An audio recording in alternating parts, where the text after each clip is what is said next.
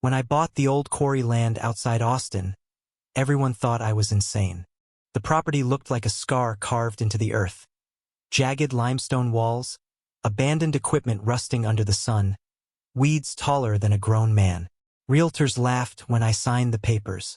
My own brother asked if I had secretly lost money gambling.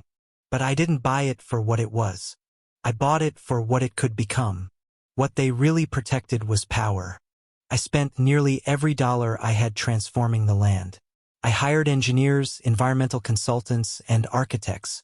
My dream was simple: turn the abandoned quarry into a peaceful eco-retreat with hiking trails, a small fishing lake, and outdoor event spaces.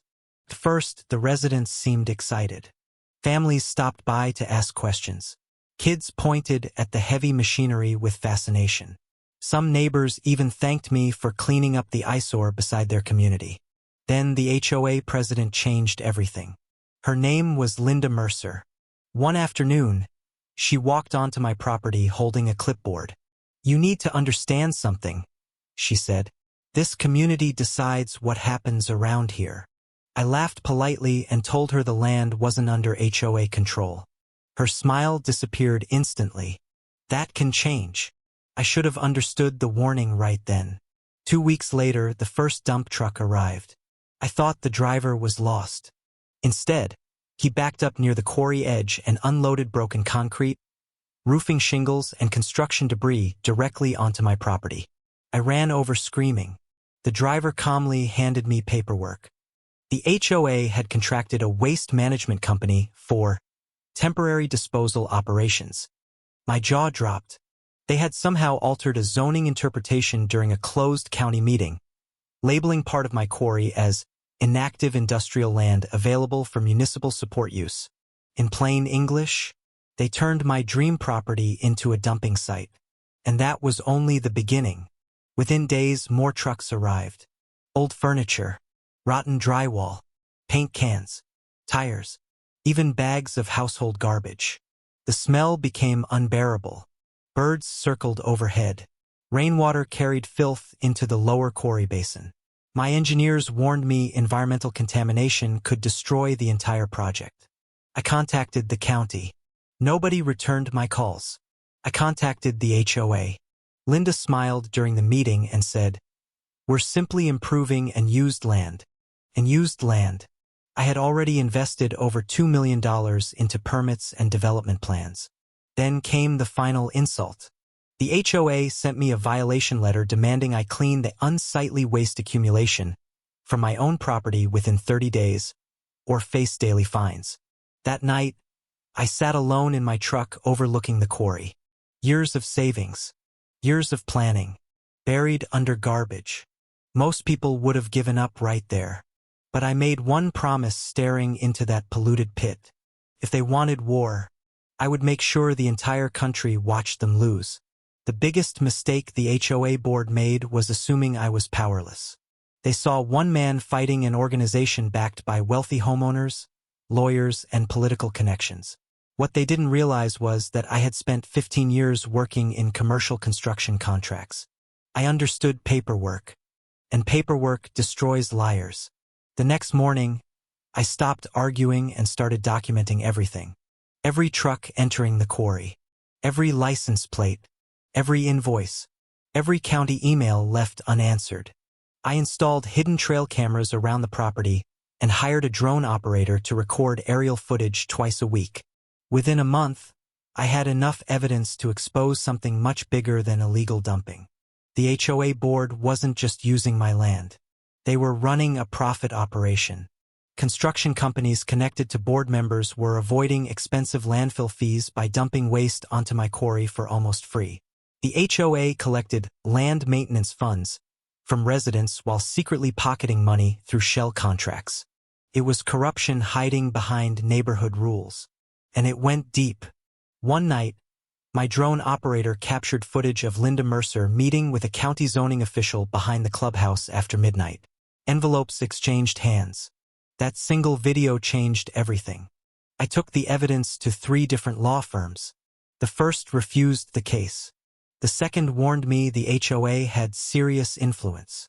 But the third lawyer, Daniel Reeves leaned back in his chair after watching the footage and said 5 words I'll never forget. "They're going to prison." For the first time in months, I smiled. Daniel filed a massive civil lawsuit against the HOA board, the county zoning department, and multiple private contractors.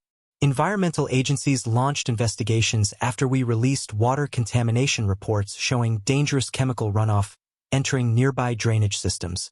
The story exploded online.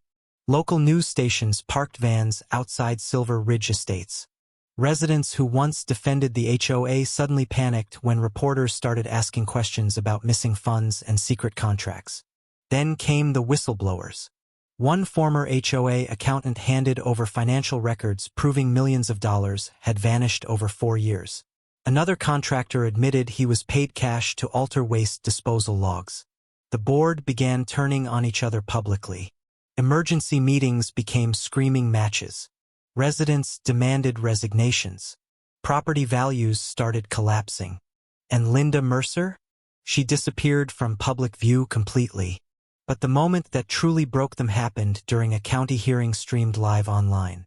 Daniel projected drone footage onto a massive screen showing truck after truck unloading hazardous materials into my quarry while HOA board members supervised operations. The room went silent. Then he displayed internal emails. One message from Linda read, "By the time he fights this legally, we'll own him financially." People gasped, because they almost had. My savings were gone. I had mortgaged everything. There were nights I slept inside my truck because I couldn't afford both legal fees and rent. But now the truth was finally public. And the board realized something terrifying. The man they tried to bury under garbage had just buried them under evidence. The trial lasted 11 days. By the end of it, the courtroom felt less like a civil case and more like a public execution. Former HOA supporters lined up outside hoping to enter the gallery. Reporters filled every seat. Environmental experts testified for hours about toxic contamination inside the quarry basin. Financial investigators traced hidden payments through fake consulting companies connected directly to board members. And every single trail led back to Linda Mercer. She walked into court looking confident on day 1. By day 11, she looked destroyed. The defense tried everything. They claimed the dumping operation was temporary. They blamed contractors. They argued I had exaggerated damages for publicity. Then Daniel Reeves played the final video. Drone footage showed HOA members standing near the quarry laughing while construction debris poured into the property at sunset. One board member literally raised a champagne glass toward the camera. The jury looked disgusted. 3 hours later, the verdict arrived. The HOA was found liable for environmental destruction, fraud, abuse of authority, conspiracy, and intentional property damage. Total damages awarded? $7 million. The courtroom exploded. Some residents cried. Others applauded. Linda Mercer sat frozen in silence while reporters rushed toward the exits to break the story. But the money wasn't even the best part. The judge ordered immediate removal of the entire HOA board pending criminal investigation. Several county officials were suspended within 48 hours. State environmental agencies seized records from multiple contractors connected to the scheme. Silver Ridge Estates became national news. Homeowners who once ignored me suddenly apologized face to face. One elderly resident shook my hand with tears in her eyes. "We thought you were the problem," she whispered. "We were wrong." The cleanup process took nearly a year. Hundreds of trucks removed contaminated waste from the quarry. Engineers restored the damaged water systems. Trees were replanted along the ridgelines. Slowly, the land began breathing again. And eventually, I finished the project I started. The abandoned quarry transformed into a stunning outdoor retreat with walking trails, lakeside cabins, and an amphitheater carved directly into the limestone walls. Opening day felt surreal. Families walked paths once buried under trash. Children fed fish near the restored water basin. Music echoed through the canyon during the first community concert. The same place they tried to destroy became the most beautiful landmark in the area. Sometimes people ask if the $7 million changed my life. Of course it did. The real victory was proving something most people forget. Power only survives when nobody fights back. The HOA believed wealth, connections, and intimidation made them untouchable. Instead, their greed exposed them. And every time I stand at the quarry overlook watching the sunset hit those stone walls, I remember the night I sat there alone surrounded by garbage. They thought they buried my future. What they actually buried was themselves.